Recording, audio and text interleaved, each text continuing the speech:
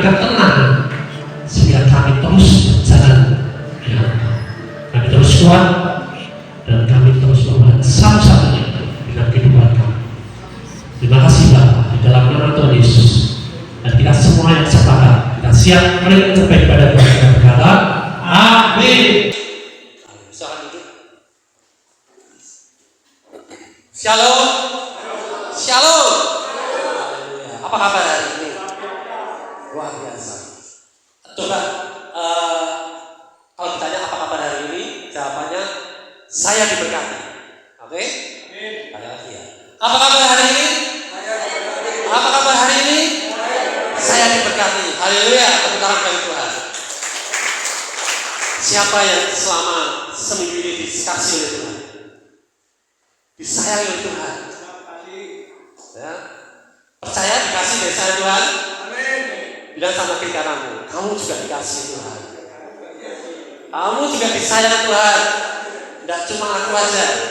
Ya. Oke. Hari ini kita mau bahas tentang sesuatu yang terkenal, sangat terkenal, ya, sehingga terjadi di Alkitab, sehingga itu sangat mengubah bangsa Israel sedemikian rupa. Ya.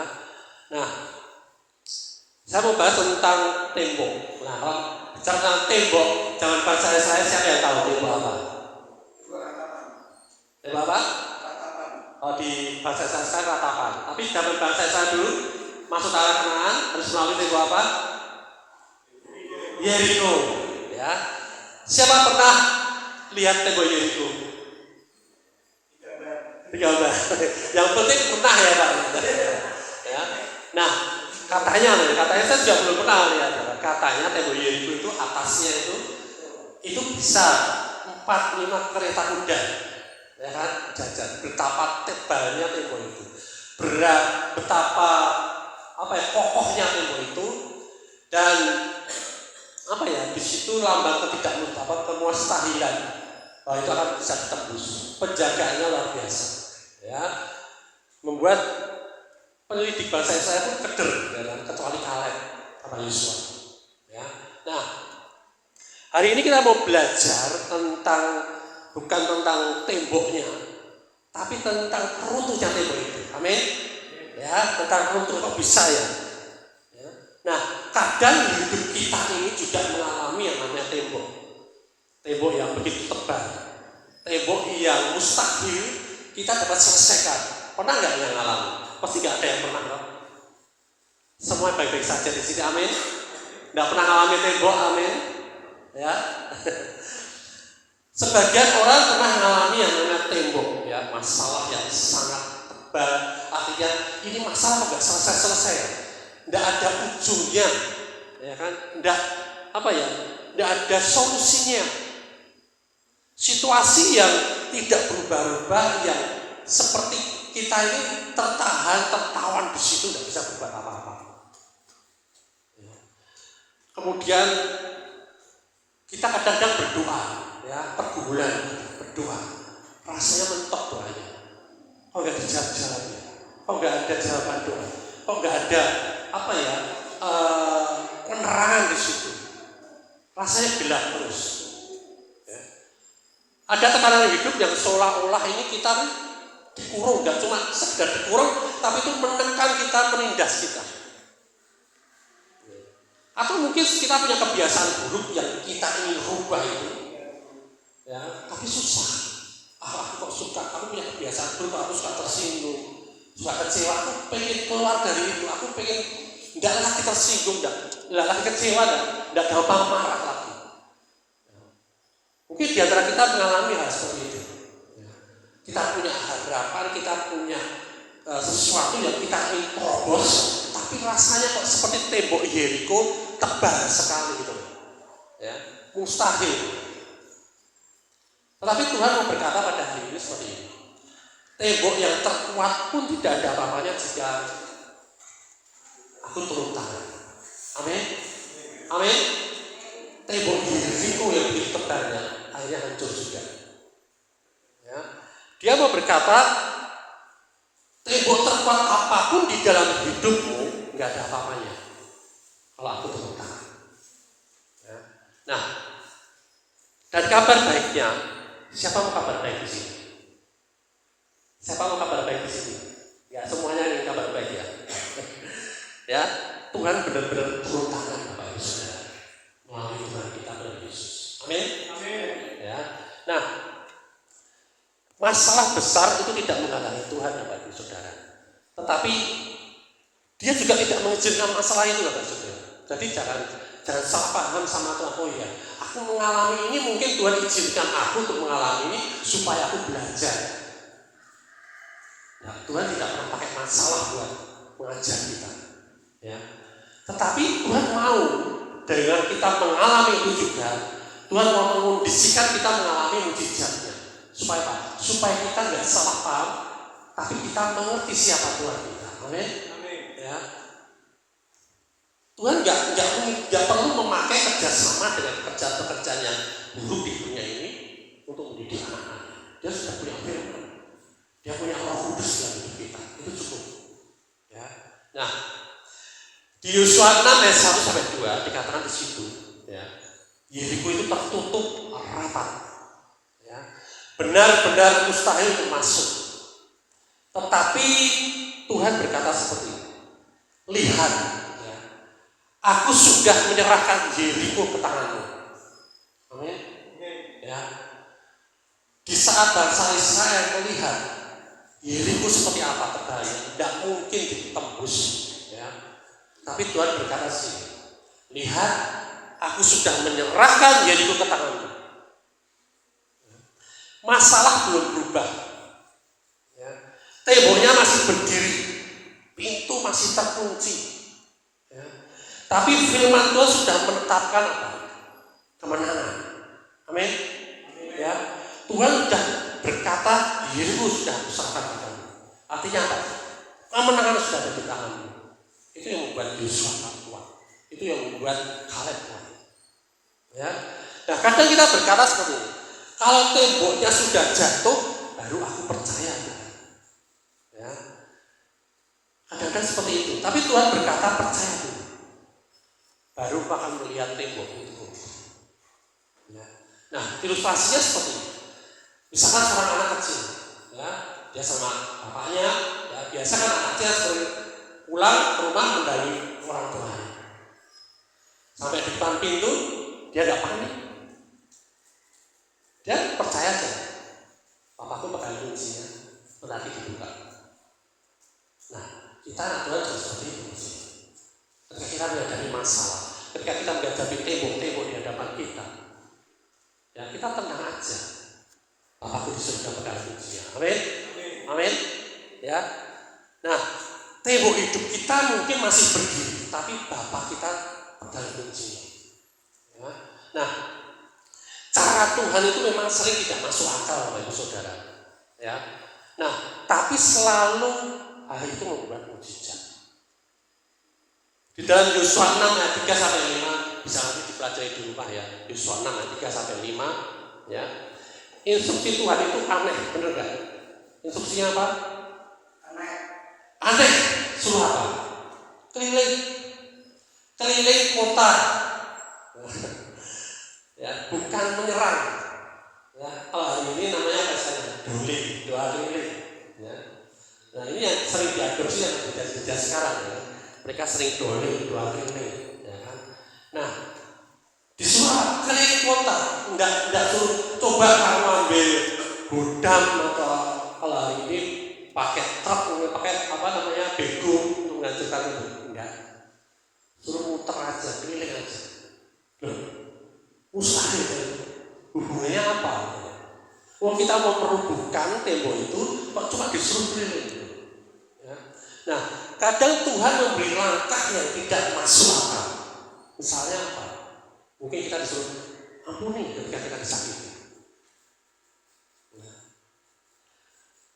Mungkin kita disuruh memberi ketika kita sedang pas-pasan atau kita sedang kekurangan. Diam, ya, mungkin diam di saat waktu kita ingin membalas sesuatu. Kita disakiti, kita dikecewakan, rasanya pengen balas. Pernah nggak ngalamin seperti itu? Pernah. Sering nggak? Nah, tetap setia ketika tidak melihat hasilnya. Ya. Jadi seperti itu. Ada saat-saat di mana firman berkata seperti ini, tapi itu tidak masuk di akal kita gitu, untuk menyelesaikan sesuatu.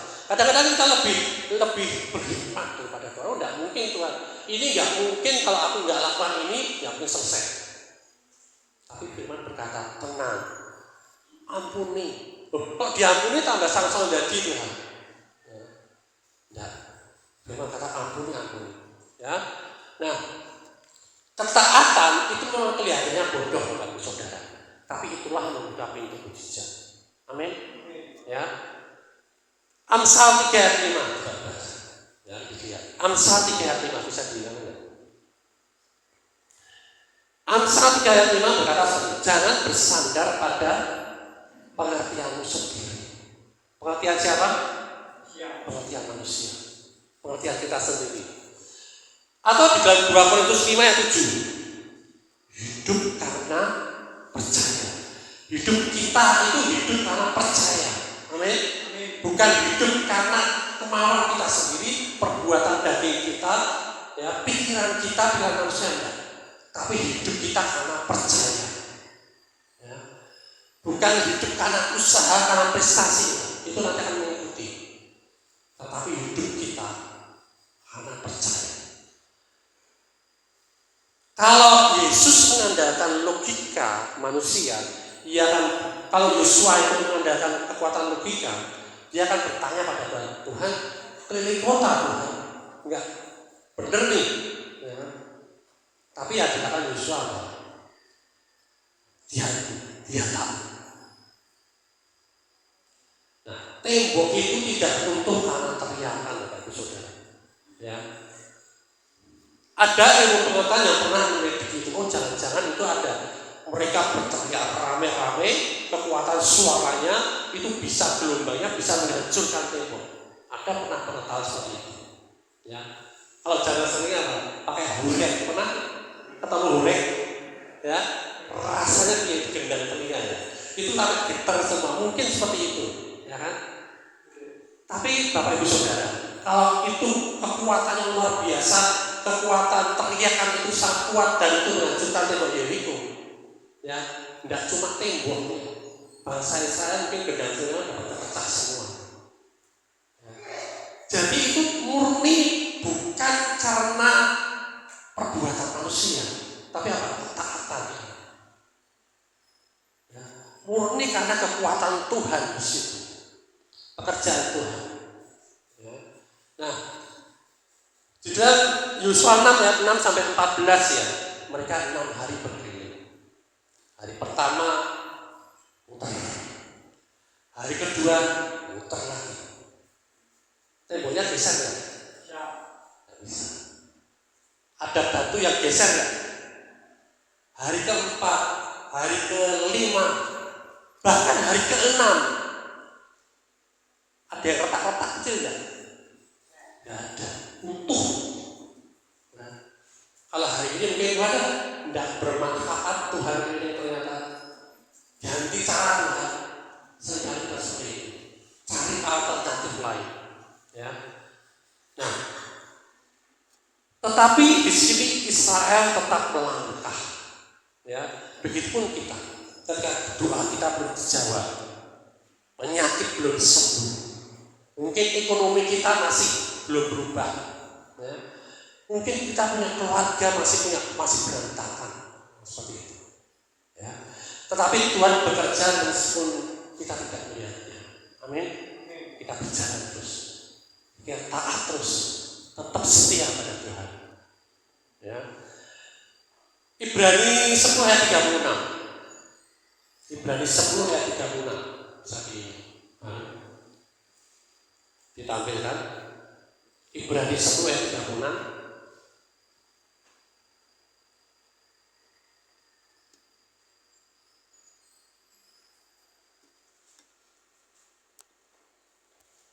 Ibrani 10 ayat 36.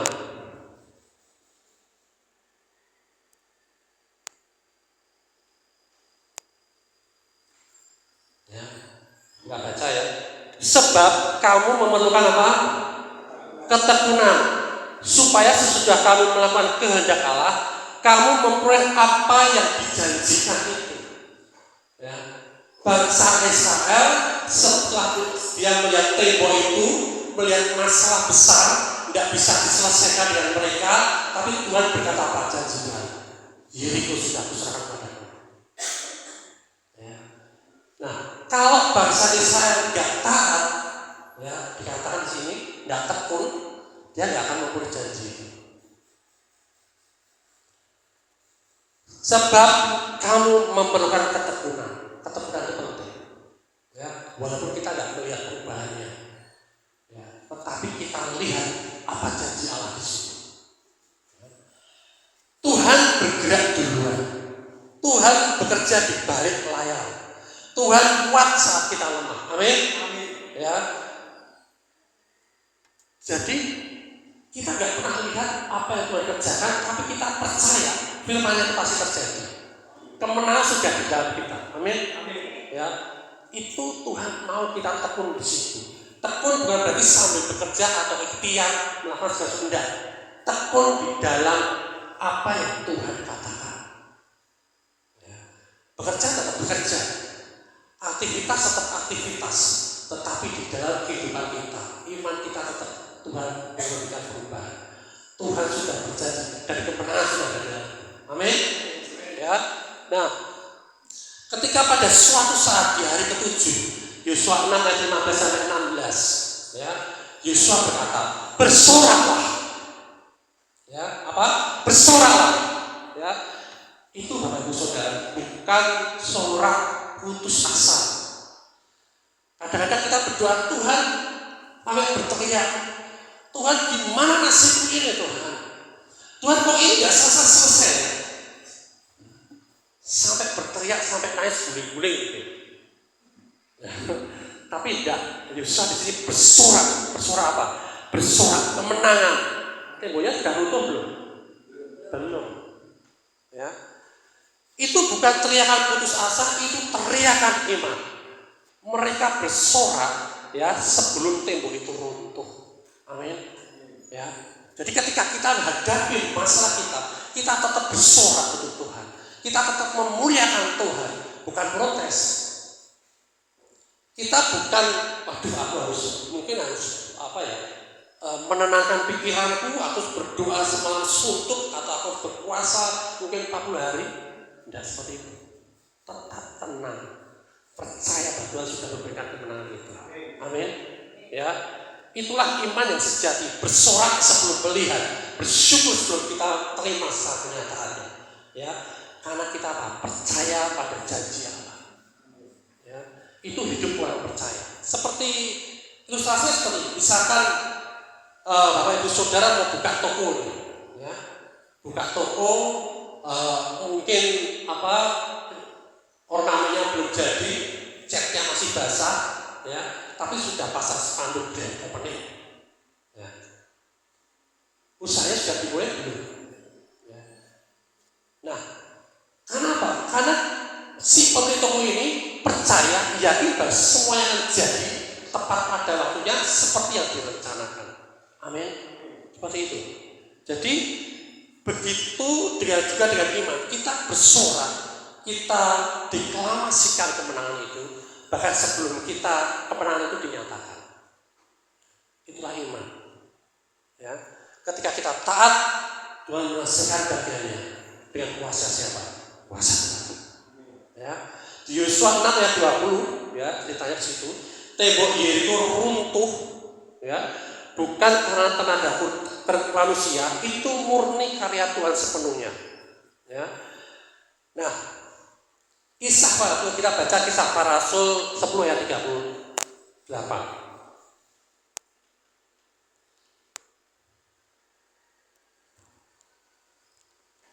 Setelah tembok Yeriko runtuh, itu adalah awal yang baru. Kadang-kadang kita mengalami masalahnya selesai, lega, terus yang apa-apain. Ya. Baca kisah para rasul 10 ayat 38, ya. Yaitu tentang Yesus dari Nazaret. Tentang siapa? Yesus dari Nazaret.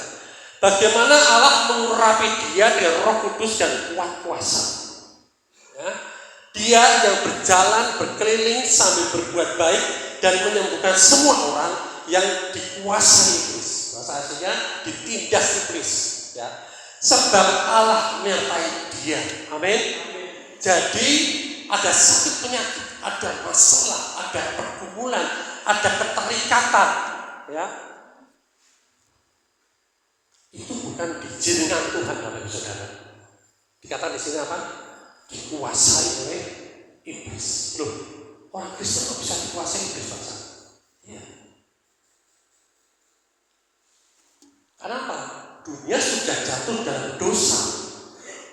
Dunia sudah rusak karena dosa. Tuhan tidak pernah menciptakan kerusakan dunia ini, termasuk sakit penyakit. Bisa orang Kristen kan sakit penyakit? Bisa.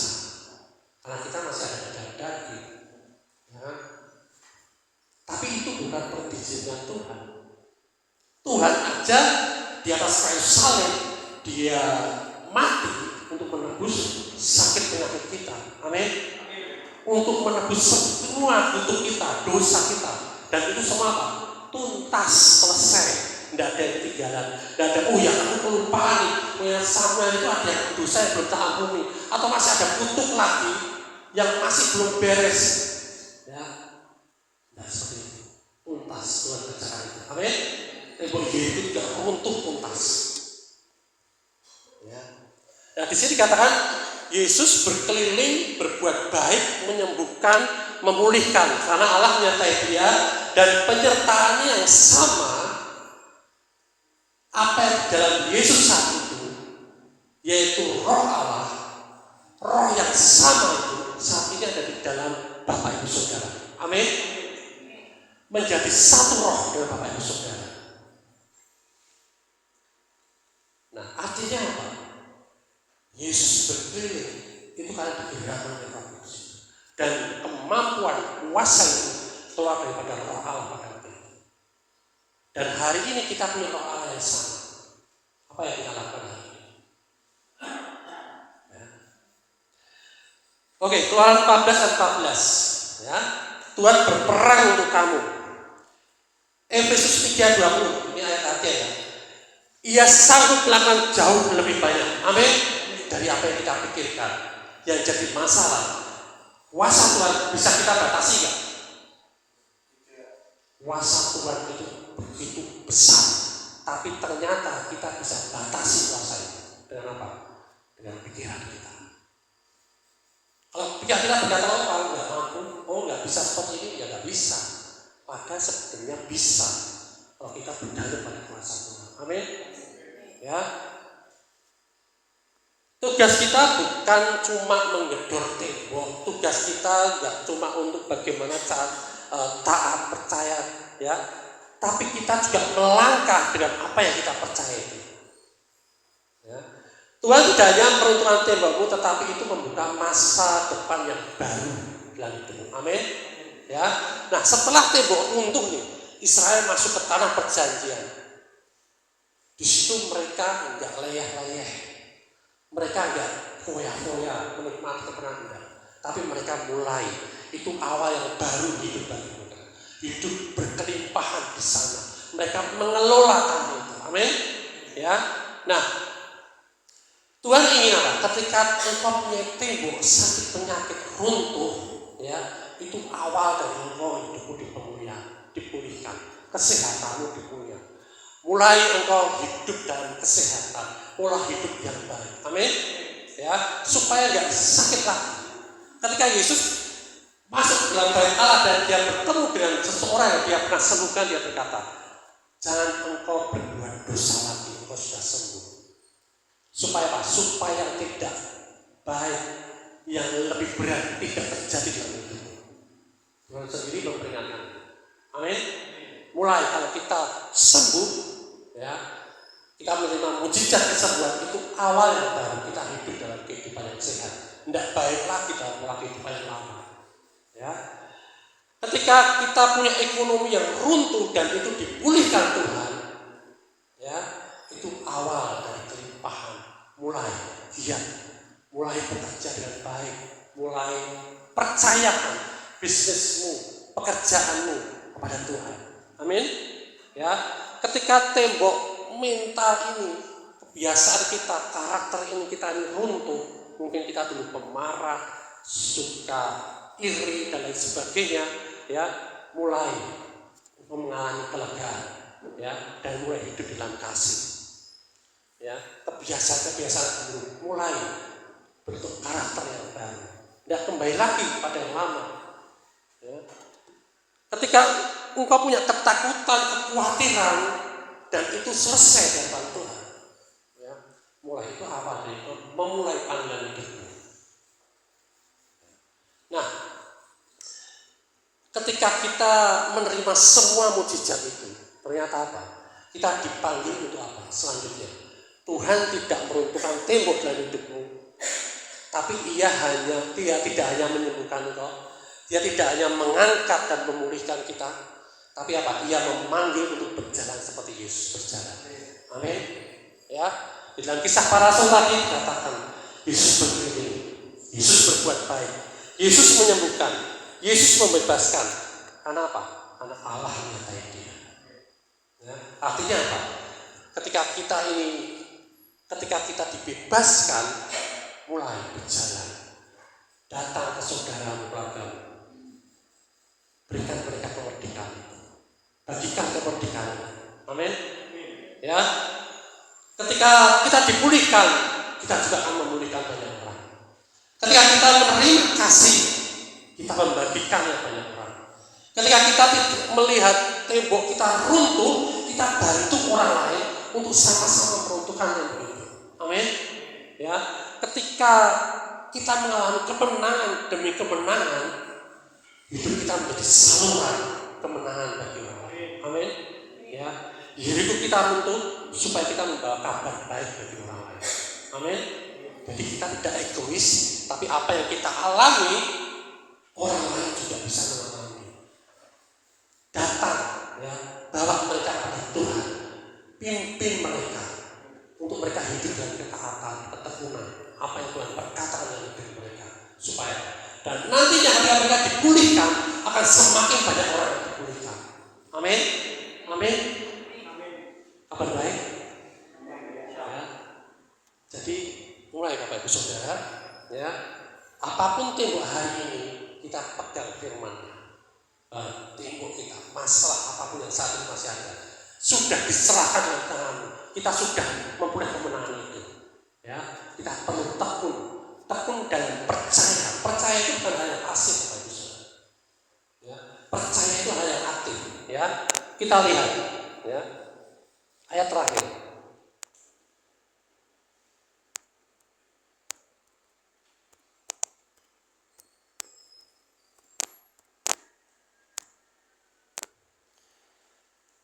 Yohanes 6 ayat 29.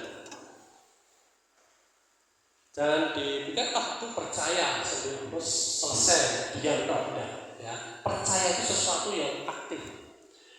Yohanes 6 ayat 29. Bisa dilihat ya. Kita lihat ya. Jawab Yesus pada mereka, inilah pekerjaan. Namanya pekerjaan itu berarti aktif ya. Inilah pekerjaan yang dikehendaki Allah, yaitu apa? Hendaklah kamu percaya kepada Dia yang telah diutus Allah. Amin. Ya. Percaya itu bukan sesuatu yang pasif. Percaya itu adalah kita berdiri teguh, kita tekun, kita mengusahakan untuk kita tetap percaya kepada Yesus dalam kehidupan kita. Ya. Jadi hari ini, ya, mulai deklarasikan, ya, percaya bahwa Tuhan sudah menetapkan kemenangan kita. Amin. Taat meski tidak masuk akal, ya. Tekun meski belum ada perubahan, ya, sekian lama, tetap tekun, ya. Bersorak lebih dulu, itulah iman. Bersorak lebih dulu, bersyukur lebih dulu, terima di dalam akal kita pembaruan akal budi kita. Oh ya, aku sudah terima kemenangan dan aku mengucap syukur dan aku rayakan kemenangan itu. Nah, biarkan Tuhan yang menentukan tembok kita, itu bagian Dia. Amin. Nah, setelah tembok kita ini runtuh, jadi seperti Yesus, berjalan berkeliling, berbuat baik, menguatkan, mendoakan, dan memulihkan saudara-saudara kita yang lain. Amin. Amin. Mari kita balik berdiri.